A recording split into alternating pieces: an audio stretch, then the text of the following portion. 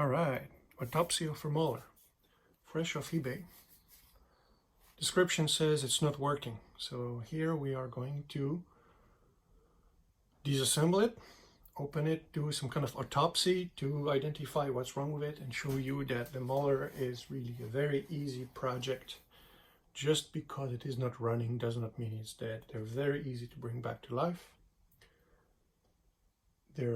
I actually myself prefer to buy non-running ones for the conversions I do, because there's absolutely nothing wrong with the core of the toy, which is the hull.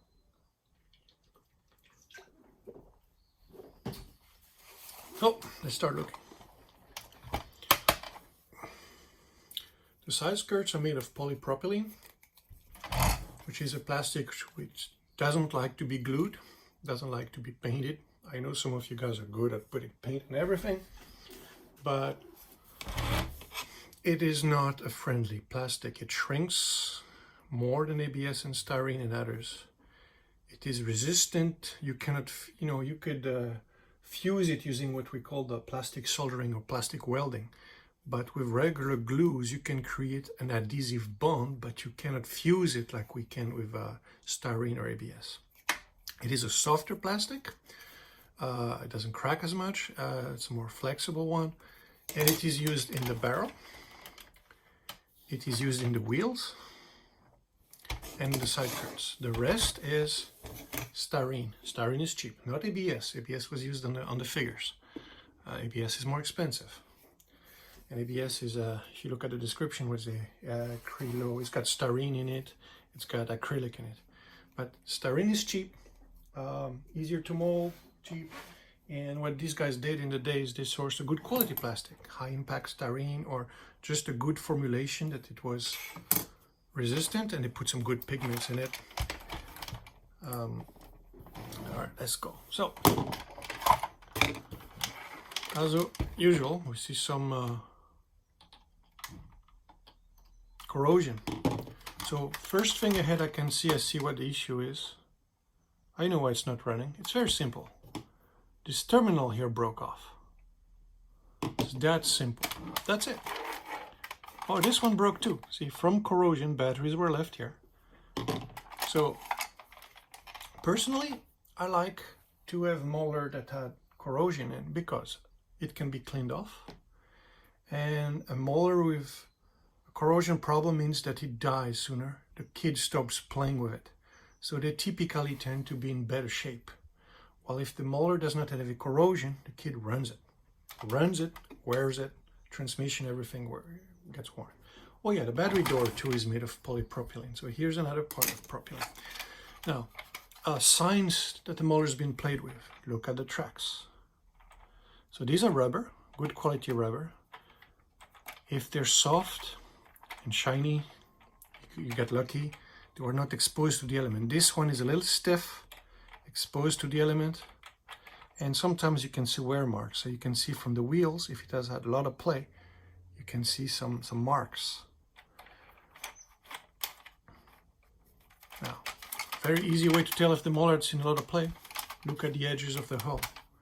If you see scratches, you know it's been played hard with on obstacle off-road.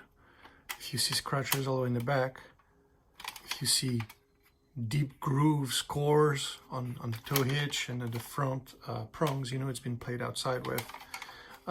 Lint around the things there, you can look. So see, this is where all the dirt comes in here, right? There's this big opening here. There's these holes here for lubrication straight to the gears. And as the tracks turn, they just throw dirt up there and things. So no biggie. Let's take it apart to see what this does. The first thing is, of course, these screws that they put there. So sometimes from the factory, these screws were put skewed and they would stress the brackets in a nasty way. So sometimes you get lucky that they were put in straight on. Sometimes somebody was heavy-handed at the factory that day and you have some nasty ones. So here's some corrosion that shows that, yep, this guy was exposed to a bit of corrosion, no big deal.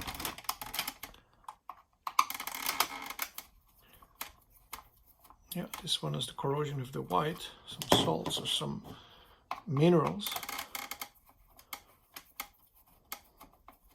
Maybe he was played outside in a small water puddle or something. So here we have, so here's the trick how I open these guys with the least amount of damage is I'm gonna push this guy. So I'm gonna push with my finger down, like that, right? Here again, do the same thing. So I'm really putting most of the force here and using my thumb as a leverage. I don't recommend that you use prying tools. If you do, use wood and pry on the inside, not outside, because then you can crack and distort the hull. Okay, so here I am. You know, wedging the inside and not the outside. There we go. Now we're gonna rock this from the back. There we go. All right, so here's the Autopsy. Let's look at what we have here. So the markings, you will see the letter A and B. It has nothing to do with the variants. It has to do with the mold, as they had multiple molds. This is an early one. I found some variations on the inside, but that's a detail at this stage we're done. Okay. So here's what we want on the Mauler. We want a clean hull, no stress marks there. Everything's, oh, see here? There you go. So this Mauler backed up, and as you can see, this guy is stressed out, bent. Yeah, no big deal, because on mine, I'm gonna cut those out. I feel that the fake mud flaps are hindering the off-road performance, so I tend to trim those off. And we can put real rubber flaps if we want to. A collector would not be happy, but here's the good news. This is high quality styrene. It can be fused. Don't use super glue. Use some plastic solvent like Tamiya, or the better one to use is the Plastruc Bondine. There's different types of ABS styrene solvents. So this being styrene, you can fuse it back together with no marks. Super glue, which is cyacrylate or whatever you call it, is acrylic, will leave a white mark and it will have a hard bonding junction, which will be acrylic when it's all dry.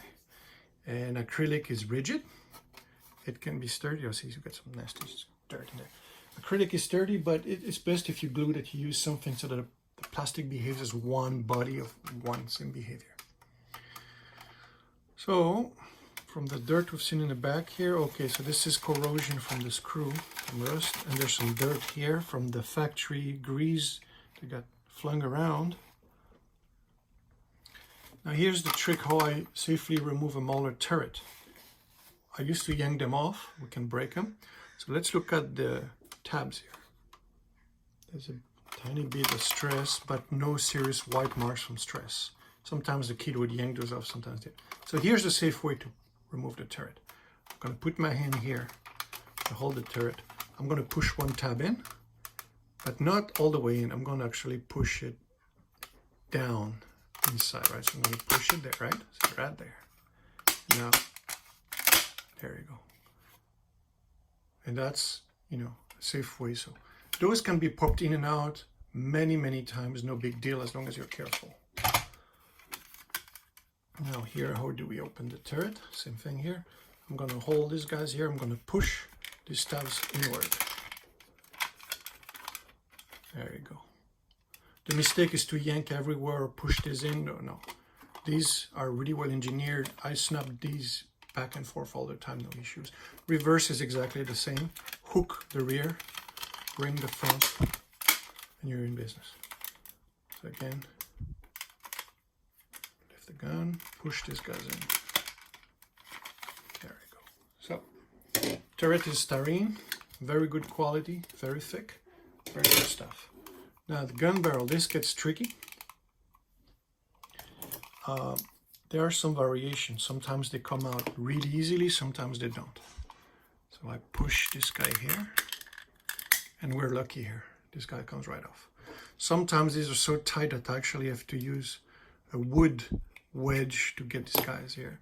But this got very easy. So now, you know, don't force anything because you'll stress it out. So here are our barrel halves, which are styrene high quality.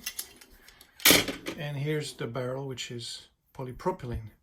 So they did core it out to avoid the shrinkage, because it was creating, when polypropylene shrinks, it's typically because there's an area that's too thick and it does weird things. So they tried to alleviate that by coring this out. However, what I see a lot in Maulers, and here as well, what I see a lot of Maulers is the barrel warps or breaks. So there's this is the stress area. This tends to break very easily right there. Lucky for us, the dimension of the Mauler is a very standard size. So we can easily swap it with a tube. You know, there's all kinds of material, ABS, nylon, and I'm working on a recoil system right now, meaning we will have either shooting mechanism or recoil mechanisms, but don't sweat it. For now, we can also repair old barrels with a pin, a tube.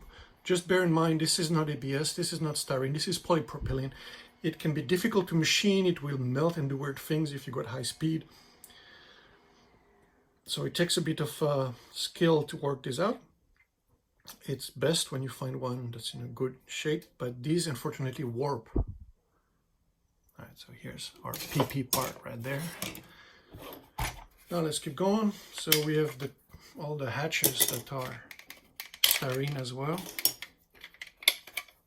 Oh wow, so the one that's missing on this one, and then yeah, I'm missing one engine cover in one front. So these toe, what do you call it? Toe eyes or hooks or loops, whatever. They look great. They're thick, but I would never try to yank or pull the whole vehicle from it because it gets thin at the bottom and it's styrene. I think we could break them if you really yank it from, so I would not really rely. On the real vehicle, this is what's meant for, but anyway. Okay, so the hull's good. These guys can be found broken, but if you notice, they did reinforce them with strong ribs. For my conversions, I actually grind those ribs off because I need clearance for the track, and the track are snagging on these things. I don't typically use side skirts, so these for me are useless. But for a collector, I understand that this is something you want. A word of advice I've found is that the skirts were designed to fit perfectly there. So this one, for example, you see that it fits just really nice. I have found wherever a lot of shrinkage that sometimes what happens is the skirt is smaller and there's a mismatch about close to 1/16 of an inch or a few millimeters. And it's enough to either snap one of these guys or you just cannot fit it. So it does happen. So the best way to illustrate this is I'm going to show you a vehicle that was bought new in a box and I could not assemble it because it shrunk.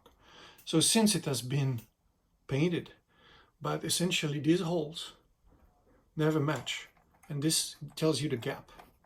Was not able to match the part. I had to cut it in half.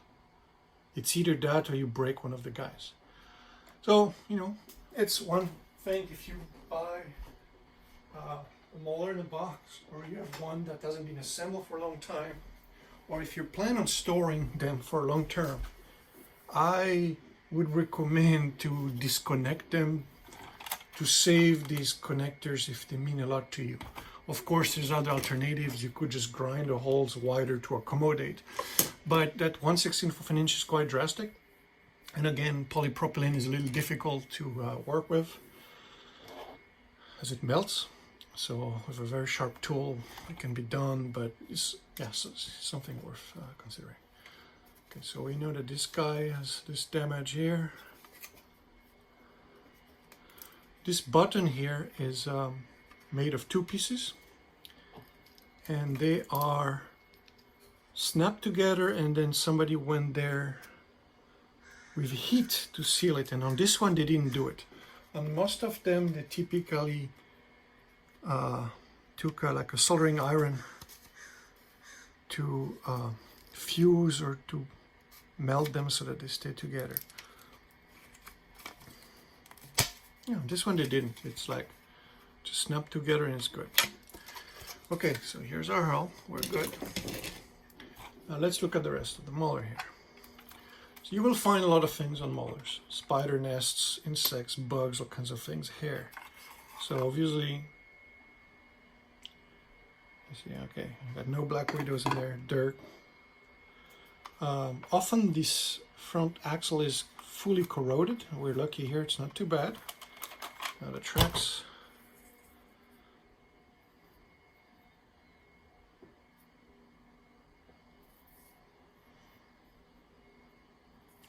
So yeah, these are decent. Oh, something happened here. So I would rate that these are average of, you know, you can get lucky and get some nice tracks that are shiny, soft. These ones were worn, they're not the greatest, but they're not in bad shape, they're totally usable. It's amazing that, I don't know, 30 years later, these are still good. So this is dirt. So obviously this vehicle is in dirt. Rubber will get roughed up by dirt and you'll never get it smooth and shiny again. And this one has some manufacturing issues. See how the flash, like where the ejection pin is, that can be cleaned up, but I've never seen this. Typically on Maulers, it's really well made. And as you know, the track have a pin that holds it. It's a belt system that was copied from the Nico tanks from the late 70s. Nothing wrong with it. They got good grip. It's amazing that such an ancient part still works pretty well. Now here's the Mauler flaw, is the swing arms that tend to break. This one's in good condition. They're typically they warp or they break. And here they're fairly straight. The Mauler design puts a lot of stress on the corner wheels. That always then, you know, the tension from the rubber belt and moving around, these are the corners that take all the punishment. All right, so now we're gonna take the gearbox off. I've seen often when you buy used Mauler that the previous owner or kid, in a good attempt, over tightened these screws thinking that it'd be good, and what it does is it chews the threads, it strips the threads, and it makes everything worse.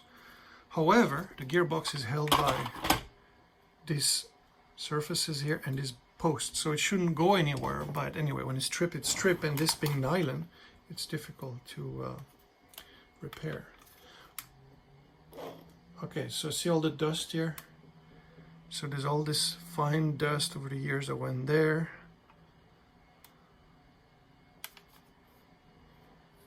Okay, so let's look at the hull. So this is typical. Look at that. We got corrosion acid that made its way all the way there. You can even see that the holes for the screws holding the gearbox are not the greatest, because this was probably an afterthought. The holes were probably not molded, it was drilled at a factory. And yeah, the bottom hull is totally usable. We can fix it, clean it, reuse it, no problem. So these are the suspension units. See, this screw is loose, which is good. It's better that the parts come loose and they stay stiff and break. And one of the stoppers here has been broken, which is typical. It's no big deal really. It doesn't really affect it. And then the wheels have 3 prongs each. It's very common that they break. My take is that it doesn't matter. Of course, if you want a mint, pristine vehicle, you want all 3 tongues. But I've found that sometimes even with all 3 of them broken off, if the outer wheel stays on, you're good. If it comes off, it's an issue. So most issue is that it only has 1 prong left and it's crooked. It looks like chips. It's very unattractive. That's an issue. But mostly these wheels have 3 lives pretty much. And if they don't stay in place, the mistake is to think, oh, I can glue them. Again, it's polypropylene, not really. What I've done in the past is put a 3D printed washer and have some screws. There's ways we can get around to fix it. So these are the bogies. As you know, I make my own suspension, so typically I have 0 interest for the stock bogies. They are, you know, for me, buying a Mauler with broken bogies is a blessing because, hey, it drops the price. I am not going to reuse these. I just need the wheels. So my take on buying a used Mauler is if it has corrosion, broken wheels, it's good. As long as the wheels are not missing, it's great.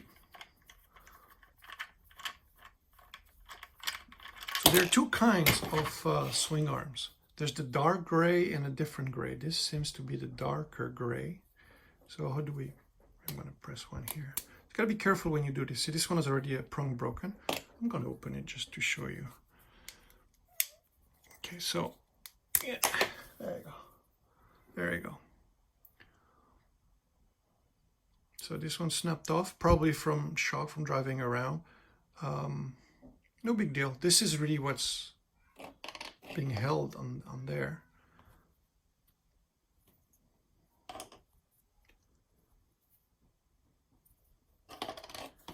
All right, let's keep going here.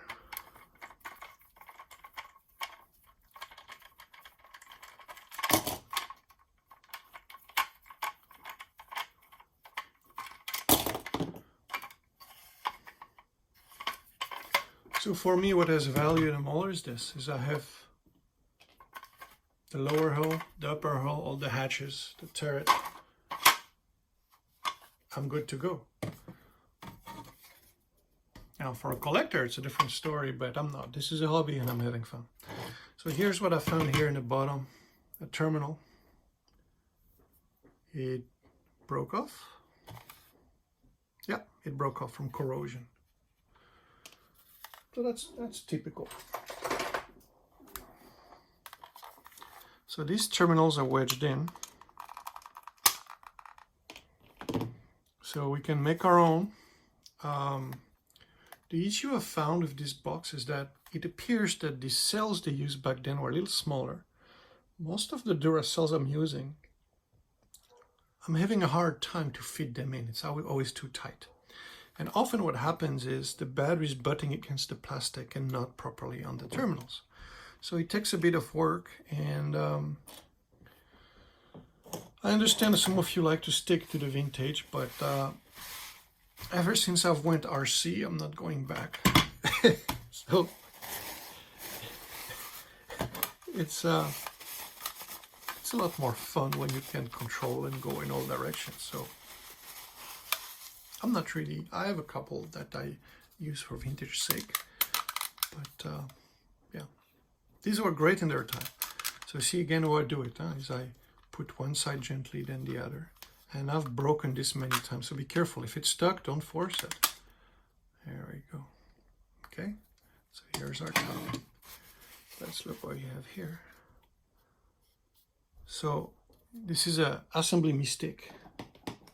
The wire was put above the motor, and that's not good because I got sandwiched there.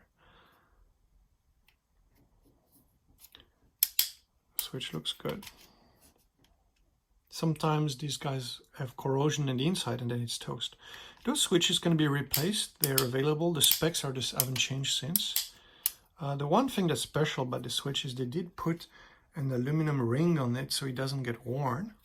But beware, like old ancient things break. So even though this is nylon or whatever material it is, this could snap over time. I've seen that on some old vintage toys as well. So this gearbox here is dry. Now let's look. This is the true test of a Mauler to analyze how much use it has. Let's look at the gears and the state of this crown gear. It has some use, but not too much. There's no dirt between the teeth, except for the final one. So this is overall very good. We got lucky here. This is very good. Trust me, I've seen some completely muddied and beat up. Now the gear slides, no corrosion on the oxidation on the brass shaft, we're good. The crown gear is in good shape. The swelling looks okay, see, so yeah, this is, again, this is really the problem here. These gears are swollen or from factory, they're a little too tight. So this can be improved, we can work around on this. And I'm gonna take apart, see what we have here.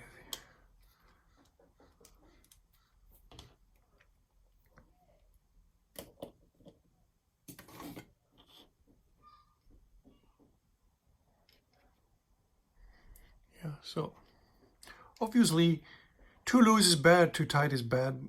This is not ideal, but so let's see the marks here on the shaft. It's like this could be polished.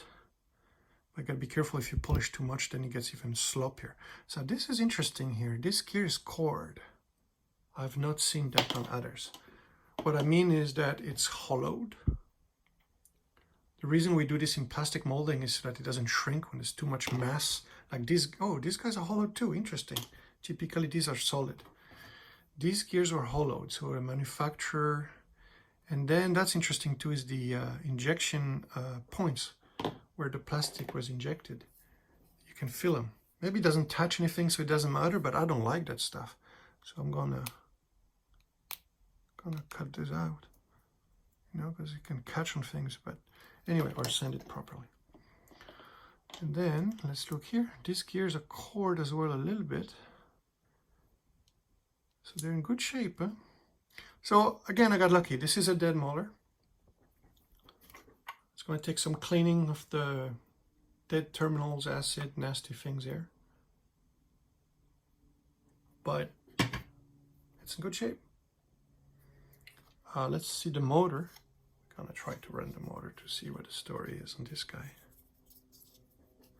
Now notice how there's a strong discoloration on one of the motor terminal. I don't know if the source is different material or it's just from corrosion.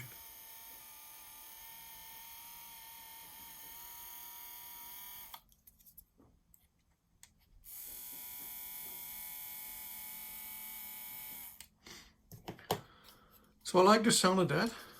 I know this is not scientific, it's just me. Huh? I like the sound of it. Too loud means it's out of alignment, it's no good. Also, if it's too quiet, means it's not reaching out top speed, it's not revving freely. But I like what I'm hearing. It feels good. And let's go. Also remember, these guys are typically going at 6 volts. So let's try this if I can. Let's see if I have it here. No, I don't. But yeah, you should do a 6 volt test and you can hear what the motor should sound like. So yeah, this guy here can be recovered. So as far as prices, we've seen that Maulers go from what, a few hundreds, 200, 300 bucks, complete different shapes. The cheapest I've got was 11 bucks, broken one with missing wheels. That was my best deal ever. Unfortunately, with videos like what I'm making these days, it might encourage people to bump the prices, but I would recommend this is a great toy. It's a fantastic toy of amazing quality.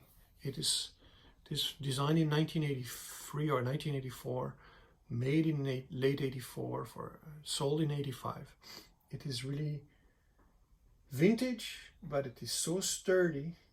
It can be fixed. Everything can be repaired on this. So I recommend it. It's a great project, and you know, it's definitely an amazing vehicle. It's a great platform. We can change the wheels on it, we can change the tracks, we can change the motors, change the gearboxes, we can change so many things on it. It's a platform. It's really a great platform. You probably have seen the other vehicles I make. You know, for example, these are Tamiya wheels with my own 3D printed suspension on. These are Tamiya tracks. You can also get hang long tracks, which are very cheap and can be sourced in all kinds of different styles. You know, for example, look here, we got the standard Panzer 4 tracks, which fit right on. 3D printed sprockets, 3D printed suspension. Same recipe, and then you put the Panther tracks on. Of course, here I modify, I cut the hull, but it's such a great platform. I recommend it. Fix them, get them. Let's have fun.